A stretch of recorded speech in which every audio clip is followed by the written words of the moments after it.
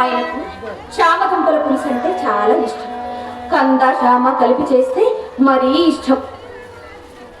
వీళ్ళ పాడి పట్ల ఎప్పుడు వచ్చి చేస్తారో ఏమిటో.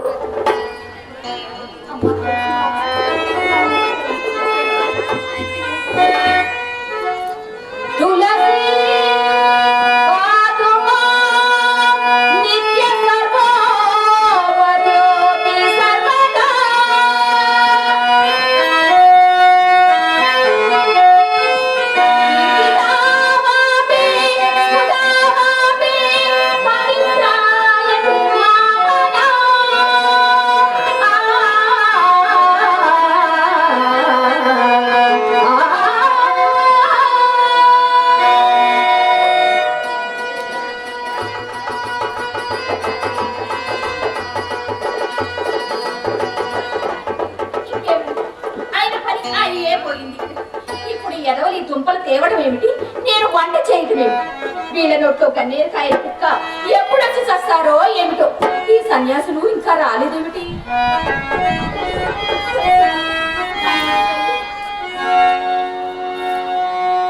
నమామి శిరసాదేవి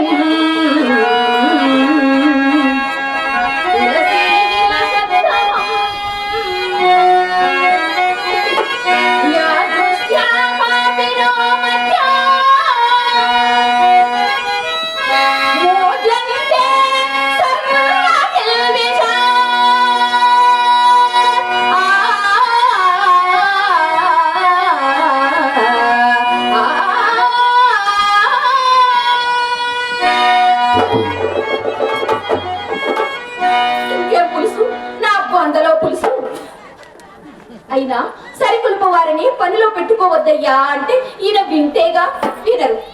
ఒక్క పూట బుద్ధిగా పని చేస్తారు, రెండో రోజు బుద్ధి వక్రయించి ఎక్కడో బద్ధకంగా తూలి చచ్చుంటారు. వెధవలు కాదు, శుద్ధ వెధవలు, బండ వెధవలు, పనికి మారిన ఎదవలు. వద్దు బొర్రో వద్దు, వీళ్ళు వద్దు, వీళ్ళ పని వద్దు.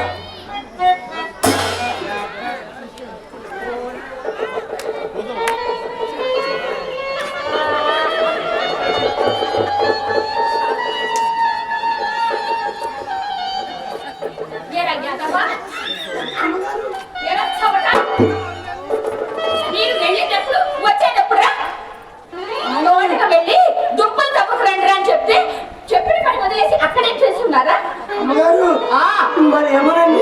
చెప్తా అమ్మగారు, మరి మరి వెళ్ళడానికి అయితే వెళ్ళాం కానండి, అసలు మీరు ఏం తెమ్మన్నారో దానిలోనే మర్చిపోయామండి.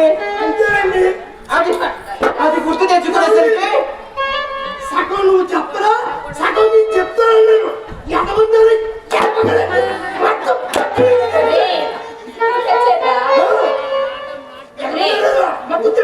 ఇక దుంపల పులుసు లేదు, మీ శాఖము లేదు, మీ ఒళ్ళు కాస్త. మీరు ఇలా మాటి మాటి కొడుతూ ఉంటే మీతో కాదు మాకు కోపం వస్తుంది. ఏమన్నారా? ఇంతకు ముందు కొడుతూ ఉంటే బేర్ బేర్ మరి గొర్రెలాగా అరిచేవాళ్ళు. ఈ రోజు ఏమైందిరా? మరి ఏమనిపిస్తుందో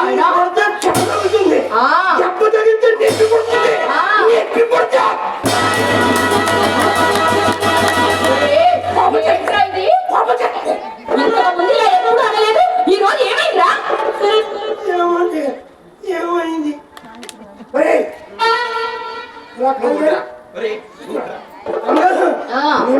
మాత్రం నేర్చుకున్నాం, శాపం నేర్చుకున్నాం, ఇప్పుడు చూపిస్తాం.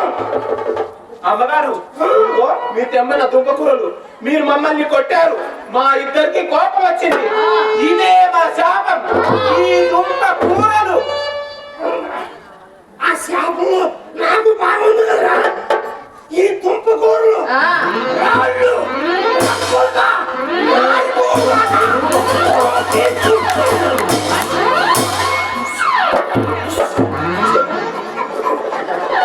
శాపం పెట్టారు. శాపం ఒకడు విశ్వామిత్రుడు, మరొకడు శాపం పెట్టారండి. శాపం చూసుకోవచ్చు.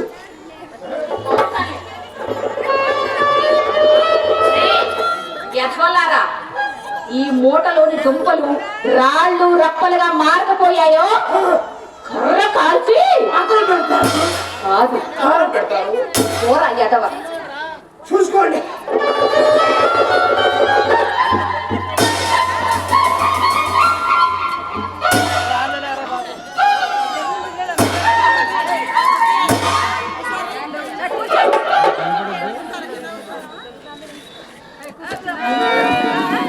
నిజంగానే దుంపలు రాళ్ళుగా మారిపోయాయండి. అంటే వీళ్ళకి నాయనా రంగస్వామి, ఒరే సామిరంగా, నాయనా రంగస్వామి. అమ్మగారు పిచ్చారా? అవును నాయనా. ఒరే మీరు చెప్పినట్టే మూటలోని దుంపలు రాళ్ళుగా మారిపోయాయి నాయనా. దానికి మమ్మల్ని ఇంకేమంటారమ్మా? నా శాపం. నీ పాపం. ఒరే నాయనలారా, దుంపల్ని రాళ్ళుగా మార్చేశారు. ఇంత గొప్ప మహిమలు మీకెలా వచ్చాయిరా? అడగండి అమ్మగారు, చెప్తాము. మేము మా తోటకారికి వెళుచుండగా మార్గ మధ్యంలో ముస్వాన్ని కనిపించి మమ్మల్ని చూడగానే ప్రేమగా ఆలింగనం చేసుకొని ఇద్దరు తలల మీద చేతులు పెట్టి ఏదో మంత్రం చదివారు. నాయన, ఈ రోజు నుంచి మీరేదనుకుంటే జరుగుతుంది. మీ శాపానికి ప్రభావం ఆ శాప ప్రభావాన్ని తగ్గించుకోవడంలో మీరు మాకు అవకాశం ఇచ్చేది. ఒరే నాయనలారా, అంటే మీకు మహిమలు వచ్చేసినట్టే అన్నమాట. ఒరే నాయనలారా, అయితే ఈ రోజు నుంచి మిమ్మల్ని నా సొంత బిడ్డల్లా చూసుకుంటాను నాయన. నువ్వు కూడా మీ బిడ్డలాగే ఉంటావు. మంచిది నాయన. ఒరే అయితే పోయిన పొద్దు ఎలాగో పోయింది, మీ అయ్యగారు ఇంకా ఇంటికి రాలేదు. ఈలోగా చక్క దుంపల పులుసు చేసుకుందాం, రుచికరంగా భోజనం చేద్దరుగానే. దుంపల పులుసా? అవునాయనా. అదేమిటా దుంపలు అంటావు? ఇదిగో మీరు రాళ్ళుగా మార్చిన దుంపలున్నాయిగా, వాటిని తిరిగి దుంపల్లా మార్చండి. అట్లా కుదరదమ్మ గారు. ఏంటి రాళ్ళ? ఇంకా రాళ్ళ అంటున్నావు? అవి ముందు దుంపలే కదరా. దుంపలేననుకోండి, ఇప్పుడు రాళ్ళు కదా. అయితే నేవి అంతకు ముందు దుంపలే కదా నాయనా. దుంపలే కానీ మాకు ఆ పులుస్తోంది. ఆ ప్రభావం లేదు. ఒకసారి మారిపోతే అంతే సంగతి. రోడ్డు కదండి, అంతే సంగతి. ఏమైనా ఎందుకు మార్చలేరు? నిజమమ్మ గారు. మీకు నమ్మకం లేకపోతే చెప్పండి. నీకేమైనా అనుమానం ఉంటే చెప్పండి, మిమ్మల్ని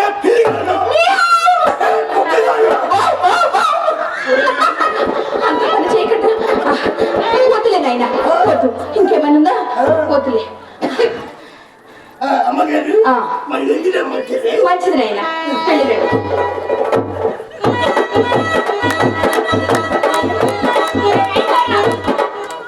అమ్మగారు పిలిచింది నాయనా.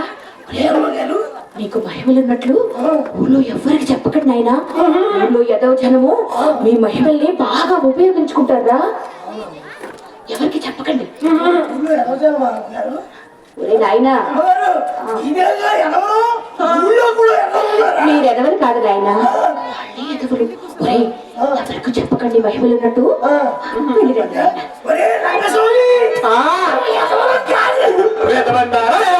కాదు నాయనా, వెళ్ళిరండి నాయనా, వెళ్ళిరండి.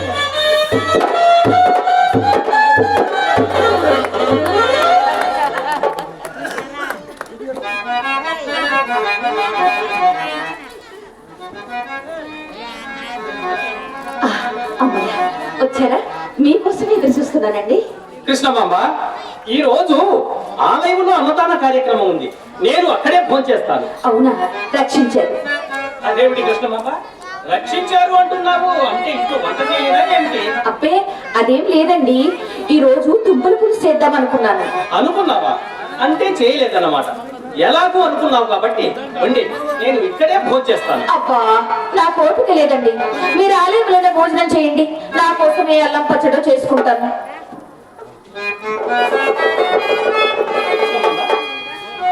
ఏమిటి ఏమిటి ఏమిటి ఈ రాళ్ళు ఇక్కడికి ఎవరు తెచ్చారు? ఓ అదా ఆ రాళ్ళు ఆ రాళ్ళు ఈ రాళ్ళే ఏమిటి అని అడుగుతున్నాను. ఆ, మీరు అడుగుతున్నారు కానీ నేను చెప్పకూడదండి. చెప్పకూడదా? ఆ, అదేమిటి ఎలాగంటున్నావు? అది ఏమోనండి, ఏదో అవసరం ఉండి తెప్పించానులేండి. అవసరం ఉండి తెప్పించావా? ఆ. ఏమిటి చిత్రంగా మాట్లాడుతున్నావు? నేను కాదు చిత్రంగా మాట్లాడేది, మీరే చిత్రంగా మాట్లాడుతున్నారు. అయినా ఇప్పుడు ఈ రాళ్ళ గురించి ఇంత చర్చ అవసరమా చెప్పండి? నారాయణ సర్లే, ఈ చర్చ ఇంతటితో ఆపేద్దాం. చూడు, ఊర్లో జరిగిన విషయాలకు అనుమానం జోడించి ఆలోచించడం మంచిది కాదే. మాది అనుమానమందదు బడి మ్రగ్గిన నాడు వివేకమింతయు మదిన వశింపబోదు.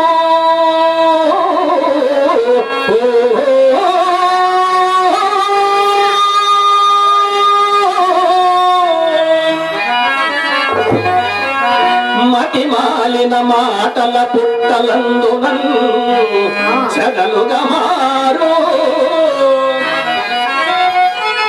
సంఘముల క్షేమముల శగములు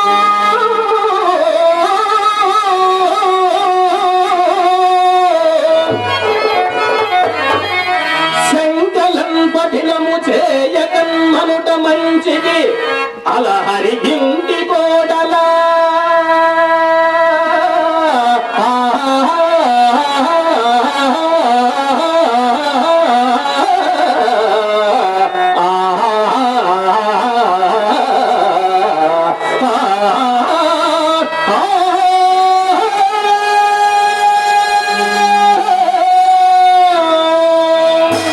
చూడండి స్వామి, నా మాట విని నీ మనసులో నుంచి ఈ అనుమానం బీజాన్ని తుంచి పడేవి, నీకు పుణ్యం ఉంటుంది. చూడండి స్వామి, మా ఆడవాళ్లకు అనుమానమే లేకపోతే మీ మగవారు మా మాట వింటారా చెప్పండి? ఊరిన రచ్చబండపై ఊరట కూర్చుని మాటలాడా,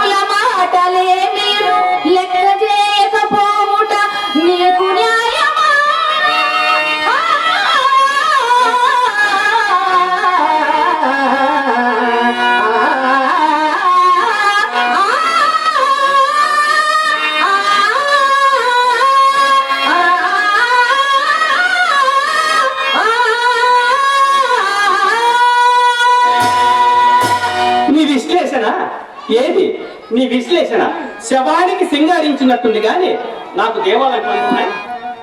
వెళ్ళొస్తా. వచ్చి క్షణం కాలేదు, అప్పుడు ఏమిటి తొందర? నారాయణ దీని మీద కూడా అనుమానం అనే పెనుభూతాన్ని ప్రయోగించకే. చెబుతా విను. ఈ మన్యకొండ వెంకన్న స్వామికి శ్రీహరి ఆదేశానుసారము ఒక గొప్ప విశిష్టత కలిగిన మాన్యులు గురు సమానులు శ్రీ ఎత్యపు రామయోగి వారు వచ్చినారట. ఈ సందర్భంగా వారిని దర్శించుకొని రావాలి. ఎత్యపు రామయోగి వారు అంత గొప్పవారా? ఇది నీ అనుమానం కాదు కదా? కాదులేండి స్వామి. అయితే విను. శ్రీ ఎత్యపు రామయోగి వారు కారణజన్ముడు, సాక్షాత్తు శ్రీమన్నారాయణుడే దర్శించిన మహనీయులు. తిరుమల కొండన నేరుగా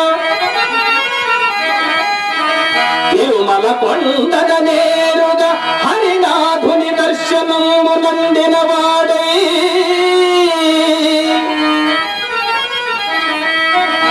చరితార్థుందై తన రెడు వరదీర్తులు రామయోగి వర్యుడు సుమ్మా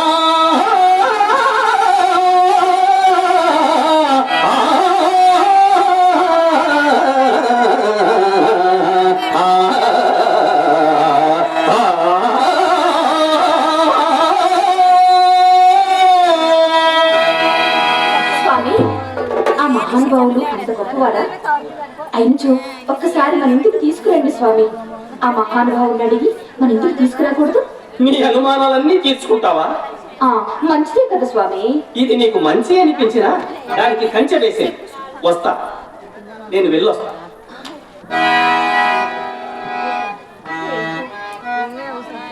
ఈ మహానుభావుడు ఎప్పుడు ఇంతే. అళహారి కేశవయ్య గారి మనవడనే మాటే గాని కొండంత దేవుణ్ణి గోరంత కోరికైనా కోరడు. ఏమిటో